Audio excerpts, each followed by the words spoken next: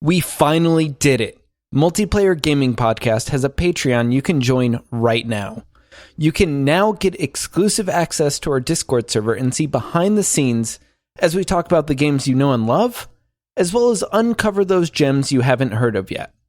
You can have the chance to game with Josh, Paul, and I, and get sweet custom shirts, games, stickers, and more. Just go to multiplayersquad.com to sign up for the Patreon.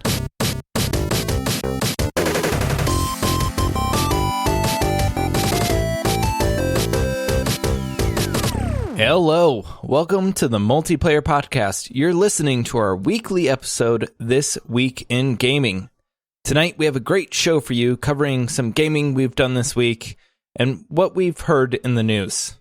I'm not alone. I'm with my two best friends forever.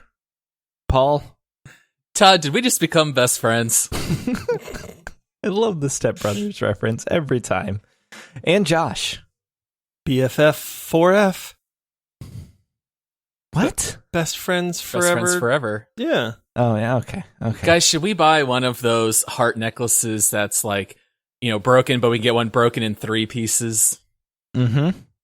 And then every time we see each other, we put all the pieces together to make a whole heart. Oh, I thought this meant I had to kill you guys to reform the power of the heart and collect the pieces. That's a dark turn. You own Multiplayer Podcast if you collect all 3 That's pieces. What I'm saying. I've seen these movies. Then I have all the power. Oh my goodness. All right, guys. Let's jump into this week. Todd does love jumping. Yeah. I love jumping. I jump everywhere I go, especially between segments. If you've ever been around Todd, he literally just jumps everywhere. Yeah. He's like a kangaroo. Mm-hmm. In video game, jumping. We nickname him Joey. So Joey the Jumper. That was more like a kangaroo pun than... What? Yeah. Then what? What was my pun? Joey. Joey's a baby kangaroos, and they jump everywhere. And Todd only listens to Jumper by Third Eye Blind. It's his favorite song. Yes. Yeah, of course. Are you guys done? Yeah. Maybe. Unless I think of something else really witty here in the next few seconds. All right. First thing we have that we can, jump onto. This came up actually on our Discord. A game, Scavengers. It's PvEVP, survival, and it has crafting and jumping. Oh, and it has sliding too. Oh, so this is kind of everything Todd would ever want in a game. I mean, this is Rust meets The Cycle meets Apex meets Winter, which I'm completely down with because it's 113 outside today. Yeah. I'm very excited about this game. I love this new trend in PvEVP games where you get to go out, run some quests, do some scavenging, making some weapons, and then you go out and fight the other squads over a common mission and common goal. So I'm very excited for this to come out. I've been kind of down and out on the cycle lately, so I would love a new game kind of in that vein. What about you guys? How do you feel about Scavengers? It was very absent on if it was Battle Royale style, Last Man Standing. Is it going to be like the cycle where you have to extract at the end? I went hunting up some videos. So like you said, this was posted. So shout out to I Am Peter Parker for finding this game because he posted it in our Discord and we all just instantly were like, whoa, you've got my attention now. So I went hunting for other trailers and it does look like there is an evac at the end of the map because there is a part where they show some ship coming down and multiple teams running for it. So I'm thinking it's going to be like it is on the cycle. So not Battle Royale, Last Man Standing kind of thing, but do what you need to do and then get out. And as long as you get out, technically you survive at that point. But I could see crafting in this almost being like the economy. So for instance, and I don't know, this is completely conjecture, but the cycle, you kill monsters, you earn money. Maybe in Scavengers, you find stuff and then you put it together to make weapons instead of like buying weapons. Like that would be a neat mechanic. So I'm like, Paul, give me those bolts you've got. Give me that bear skin. Yeah, Todd, give me that bear skin and I'll build a bear skin hammer and rub people to death with it. Like, how do you do survival well in a 20-minute game? Well, they showed people hunting bears, and they did say that you needed to eat. So there's video of wolves and bears. Actually, there's video of wolves chasing you, and then bears chasing you. Apparently, the wildlife doesn't like you very much in this. So yeah, I do. I mean, there are survival elements because they said you have to hunt to survive. Yeah. I'm just curious, like, in my head, that leads to longer matches where, like, survival's a thing. You have to stock up on food if you're going to go into, like, a lot of combat or something like that. It would be very interesting if it was, like, a shorter round and having to survive. I haven't seen a game that does that well. Like, you know, Rust has survival, The Forest has survival, No Man's Sky has survival, but those are long term. Right. Yeah. I'll be very curious to see. I do know that the map is pretty big. I read that it's 9 square kilometers. So I almost wonder if there's going to be like different zones or different like tornadoes or blizzards. So there might also be weather elements because they really pressed upon that in the gameplay as well, that there's going to be different seasons and weather changing over the course of time. But I love the idea of getting in these teams of 4 and battling against the other groups while also running missions. You do see that they have different special abilities. So they'll like spawn a giant dome that blocks incoming bullets, which seemed very reminiscent of the cycle as well. I'm very excited to try this out. Do we know anything about what it'll cost? Do we know if it's free to play or we don't know anything yet? No. I have no idea. Yeah, I signed up for the playtest. But yeah, I don't know. I've tried to find other like gameplay trailers and stuff, and there's not a lot. They announced it back in 2018. And then they had that trailer that I found from 2019, which is the one that showed the evac and, you know, showed some of it did kind of confirm that there were PvP elements. And then there's the latest trailer that we all watched that really kind of puts it all together. But all right, I just found it on Steam. It says free to play. They just got a Steam page up and running. Beautiful. Yeah. It says free to play. Take my non-money. Yeah. Sell me those sweet cosmetics that I'll never buy. I bought cosmetics on the cycle because I enjoyed that game so much. I really hope that this is the new genre. Like kind of like Battle Royale. When Battle Royale came out and then everybody copied Battle Royale, like I am really amped up for the PvEVP. Like this is our time because there's so many cool things you could do with it. I think the cycle is one of the only ones that's really done it so well, which is what makes that game so great. I know others have dabbled. I'm not saying that it doesn't exist. Destiny's Gambit mode is an amazing PvEVP. Destiny's stupid. Okay. You're It's stupid. one tiny little mode. It's the best part of that whole game, but it's still a very small thing on a That very mode tiny is map. just as big as all of Cycle. No way. I do agree with Josh. Like some games have dabbled in it, but to me, playing Valorant is kind of boring because it literally just comes down to who can click ahead first. Whereas I feel like there's more strategy when you throw in these PvE elements. Like, are we going to go focus on eliminating teams? Are we going to focus on the economy and earning money and get better weapons? Or can we maybe hold down this part of the map? And I feel like it adds a whole extra element. And I really enjoy that. I don't just want it to be a technical contest. I want it to be strategic, planning, fun, while also thinking on the fly and adapting to that. And you start tossing in some elements of crafting. That's one of the reasons I loved Warzone, because you had the whole version of economy and buying loadouts. You know, I like having and those buying other players elements back in.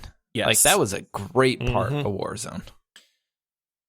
Yeah, the other thing I like too with this PvEVP thing is people naturally fit into certain other roles that maybe are not character specific, like even in our group, like sometimes you have to make the decision like, hey, we need to split off, which is a gamble in itself, because if you split 2 guys or even 1 guy and they come up against a full squad, chances are they're going down. But even then you find guys that are, hey, I'm real good at running off on my own and surviving and getting things done. Or, these 2 guys are great at PvP. Oh, don't shake your head. I know how to survive. I scream really loud and scream for help, Todd. Okay? It's very effective. All right. You're like, guys, I have this heal, but there's 3 guys on me. Someone run to me. Run to me. Everyone run to me. Yeah, and you guys saved me the other night, so it's perfect. It works that way. But it's just, I like that, like Paul was saying, I like that aspect of strategy. Who's good at what? Maybe some of your squad's better at certain things than others, but everybody has a job, everybody has a role, and to me, that makes it super fun. I just pray there's not mushrooms that I have to run around and collect for a 25-minute match.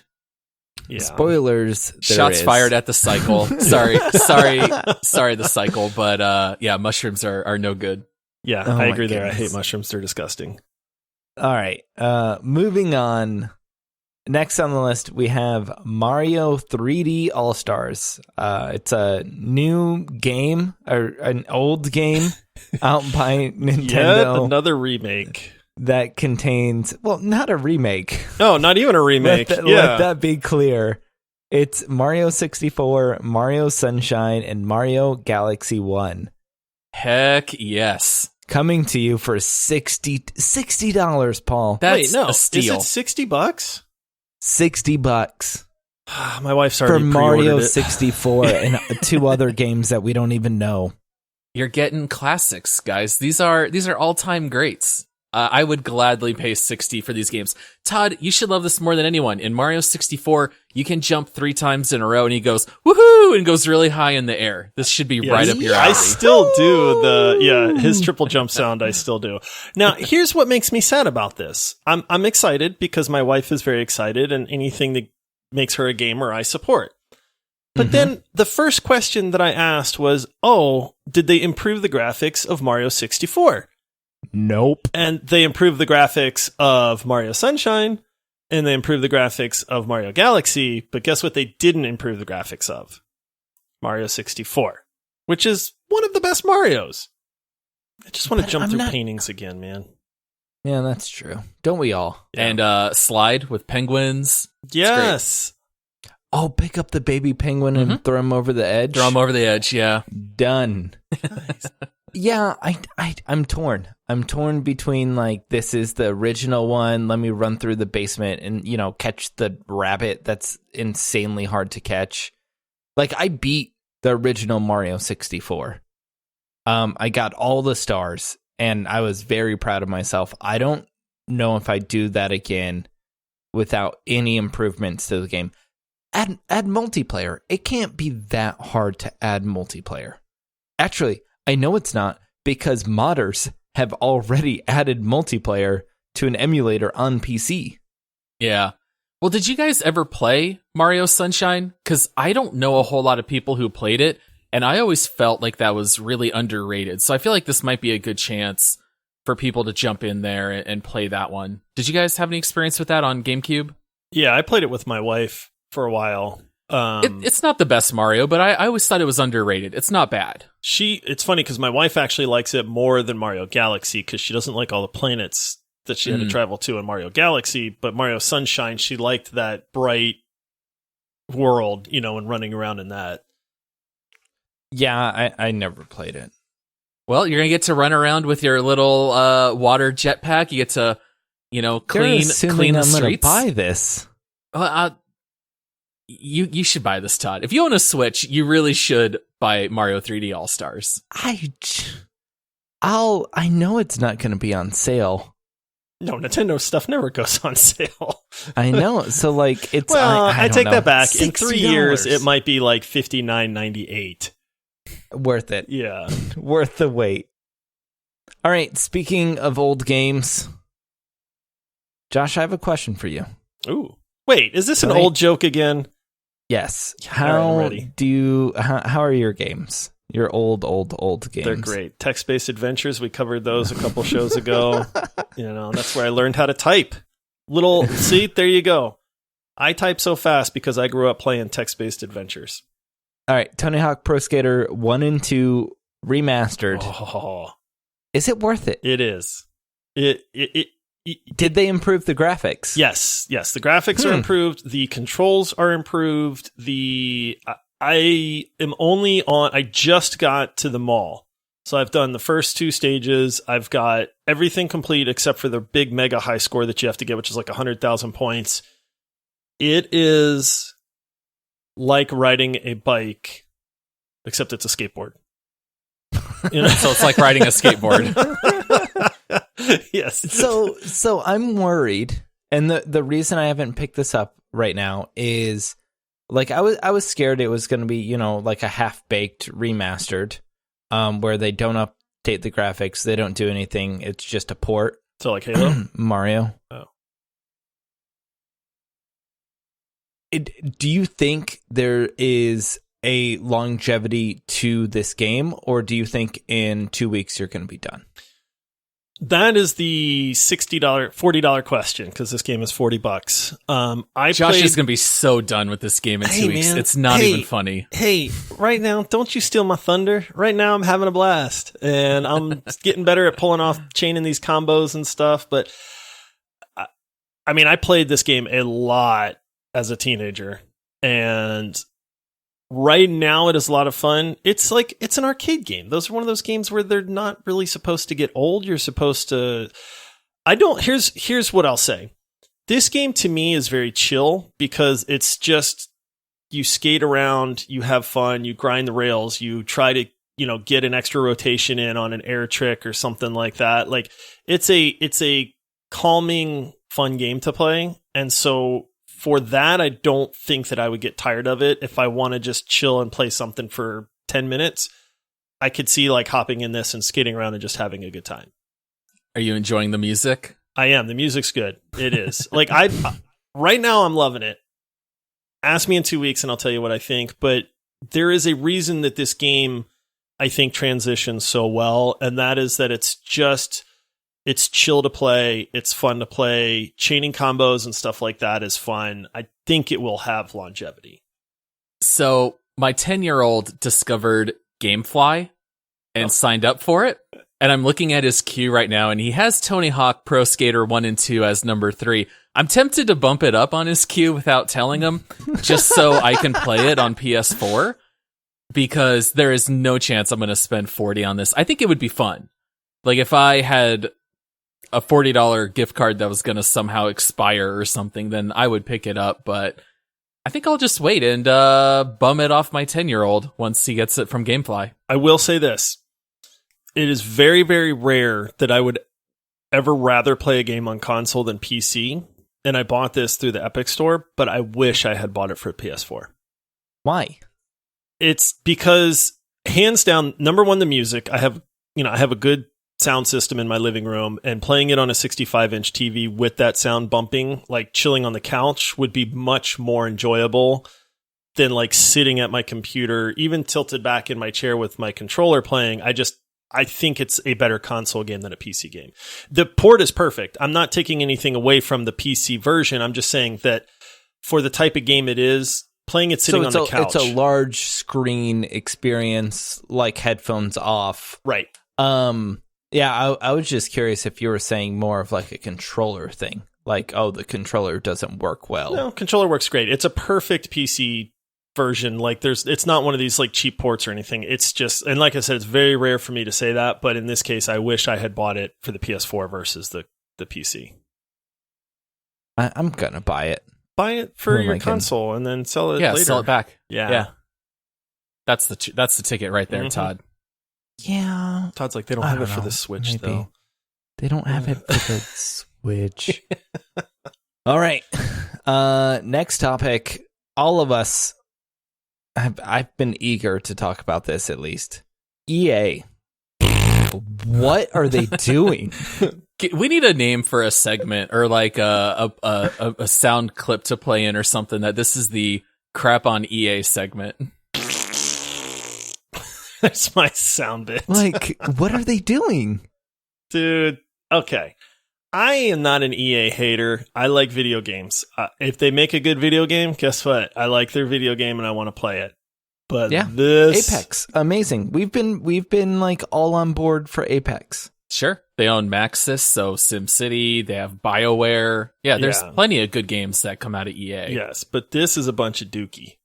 So Josh, what are we talking about? So specifically, it just became known that on UFC 4, after the game, a month after the game was released, they made an update to it so that now you have to watch an ad in the middle of the game while you're playing the game. Now it's during the replays for some fighters. That's a little drastic. Made to watch an ad. You can close your eyes. All right, that's true. You could blink really long. You can walk out of the room. We want to be clear. It's not a 30-second ad. It's not a 5-second ad. It's a 2-3-second ad. brief graphic in front of the replays, and also in the bottom bar where it shows like info about the match, like there's a pop-up with ads on that bar, like you would if you were watching live television, and it's, on the mat, dead center. Wait, are you guys saying EA is trying to squeeze as much money as possible out of this game? Like a dried up lemon, man. It's terrible. So all that's kind of sketch, like that they would have not just like a Reebok logo or a Nike logo because they paid for the game, but in this case it was an Amazon show called The Boys. Mm-hmm. So everyone is like that. That leads us to believe that these ads are going to be like time sensitive. Like The Boys is going to be replaced with something else down the road. And it's not this generic, like, shoes ad. It's like this show's on Netflix, or like, here's something we want you to see that's coming up from Apple or whatever. Yeah, they try to disguise it really well. It kind of fits into the flow of the game. And if all they had done was slapped an ad onto the center of the octagon, like, we're used to seeing that. So for a sports game, we're used to seeing banners and things like that. So I don't think that would be distracting at all. But in this case, when it switches to the replay, the ad pops up onto 9/10 of the screen. The full screen. Right. Yeah. And then it goes away, and it's almost like a sneaky transition, like, hey, let's switch to a replay. But here's the problem. They added this a month after the game was released so that in review copies of the game, nobody could complain about it, so that the game would get rated better, and then they snuck it in a month later. And that is shady business, man. It's sketch. I mean, EA is known for sketch, and they're good at it.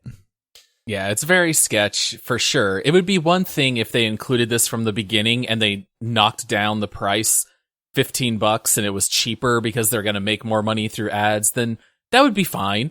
But yeah, it's very weird to add ads after you've already paid for a game. It seems like you shouldn't be able to do that. And this was a $60 game.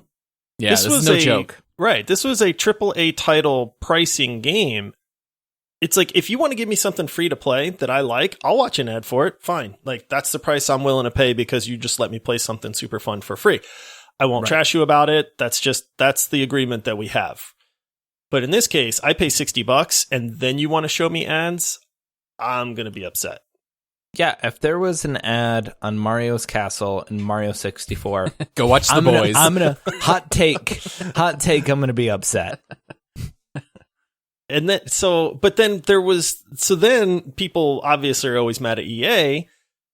But then, Paul, I think you brought this up before the show, where people are discovering that the newest Madden, that there's Madden 19 banners.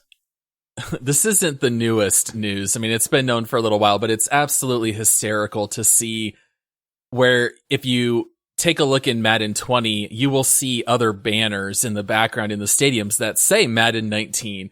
And so it's just funny, obviously taking shortcuts copy and pasting stuff. That's like the joke, right? Like Madden never changes. It's always the same game. Clearly they're just copying and pasting the game, making a couple minor updates here or there. But, come on, EA, don't make it so easy for us to pick on you. Everyone knows most of Madden, it just copied over. But then when you see like very clear evidence that it's like referencing last year, people are still buying it. I mean, I know a ton of people that bought the latest Madden, and I know a lot of people that aren't happy with it because they're saying like, hey, this isn't really that great. Like there's not been a ton of improvements. A lot of people saying, hey, it's running kind of janky. I think the big change with this Madden was that you can just play offense now, so you don't have to play defense because nobody likes playing defense, that kind of thing. But it's like, it's EA, man. It's a money grab. If we can just keep making minor tweaks and selling it for $60 year over year and people keep buying it, I mean, it sucks, but you can't really fault them for that if people keep buying it too. Yeah, let me play a quick game with you guys if you don't mind. I brought up the newest Madden on Metacritic. All right, there are 2,585 reviews. How many of those do you think are positive? So 2,500, how many are positive? 300. I'm going to say 2,500. Let's go double Josh, 600. No, 24. It has a 0.2 rating. I thought you were about to say 2,400, and then I was 24. like, whoa, 24 people. Total?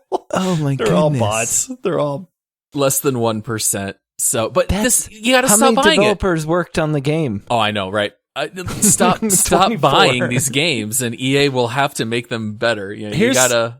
Here's my question, and this I do not mean this. If you're a Madden fan and you like buying Madden, you do you. But these games don't change very much from year to year. If you like Madden so much, what's wrong with you still playing Madden 2017?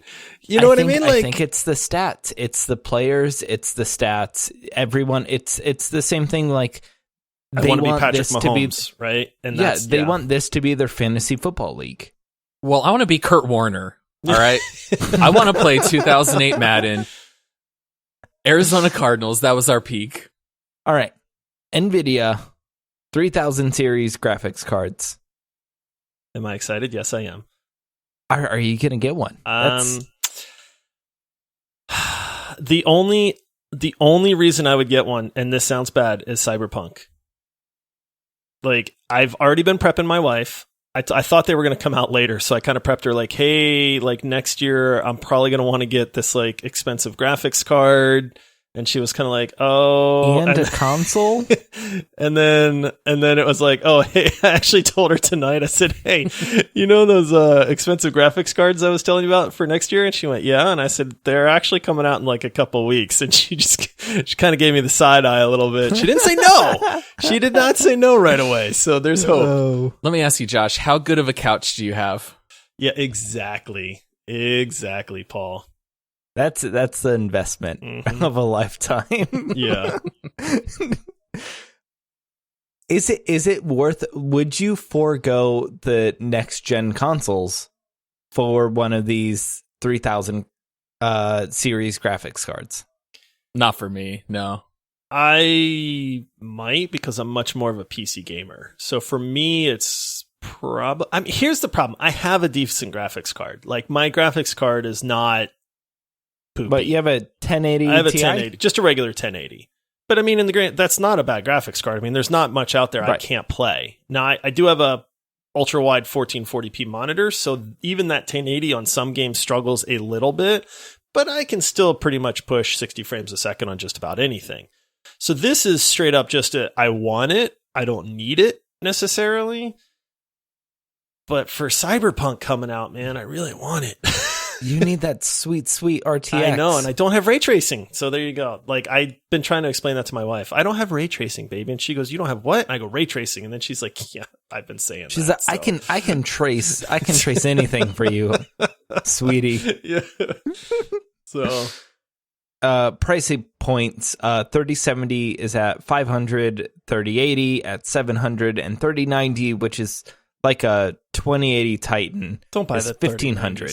Kudos to Nvidia for trying to market the 3090 as a gamer's card now, because it used to be everybody had heard about the Titans, but nobody ever bought a Titan. That was only like weird businesses. It was professionals. Right. It was exactly. like 3D graphic artists. It was like Pixar, video editors. Disney, Pixar buying these things. Right. And now they've stopped naming them Titan, and they started going like, ooh, don't you want the best card out there? And then people are starting to kind of go like, ooh, I think I do. And I'm like, dude, what's you that, don't 3090? Yeah, you don't need a 3090. Not for gaming anyway. You don't need a 3080. Yes, I do, Todd. Yes, maybe I do. a 3070. Yeah, I have a 2080. So I have, ray tracing and all that. So I'm definitely going to pass on it. I do want to touch on one thing. It's good and bad for Nvidia. Ray tracing isn't a thing in video games. There's very few video games with ray tracing currently. Like there's always more games that are saying they're going to implement it soon. Like even looking at Halo. But like kudos to Nvidia. They just released, or not just released, but they have out RTX Voice, which I've been using lately, and it's been amazing. RTX Voice uses those cores that are meant for ray tracing and uses them for noise suppression on my microphone. So background noises will now be quieter because of like the algorithm and using those cores on my computer. And I know with the release of the 3000 series, they're opening up RTX Studio, which is going to cut out the background on a video feed, which looks very promising.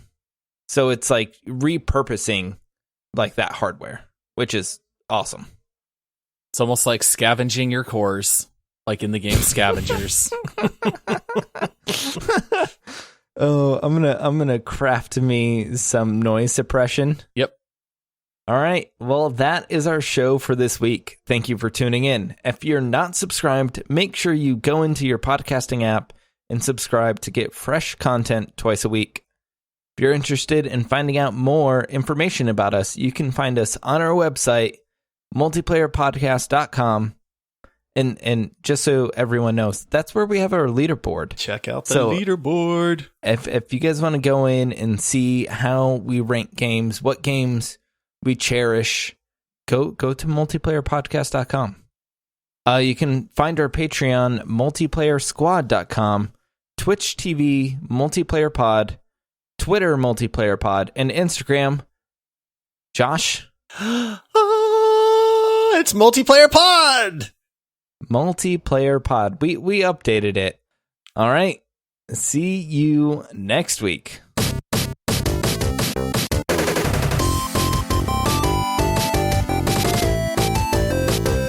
So I still don't understand what ray tracing is.